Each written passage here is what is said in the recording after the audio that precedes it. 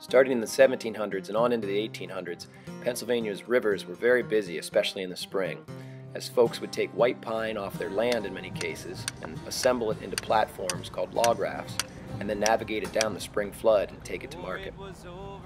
This method that was done here in Pennsylvania was pretty unique to the United States. It had not been done in Europe or anywhere else that I know of, and it involved a series of using simply wooden pins and bows and lash poles to try and hold your logs together using nothing but things that you would have been able to find in the frontier. So things like rope and chain just weren't available.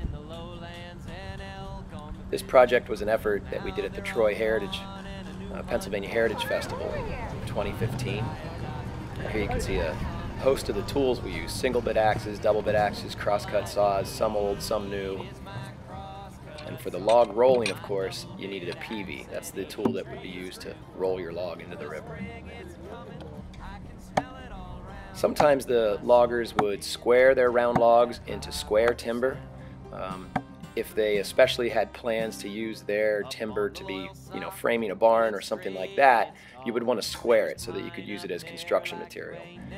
Other reasons for squaring your logs would simply be to maximize the amount of lumber that you can squeeze into a limited width raft. So if you're going down like the Loyalsock or Pine Creek and you're limited by how much width you have, you can maximize how much board footage you get by squaring your timber off.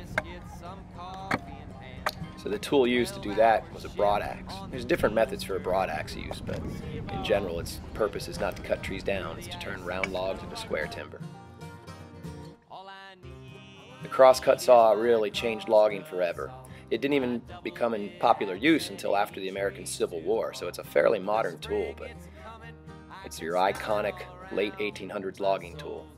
Tempted by that high water sound.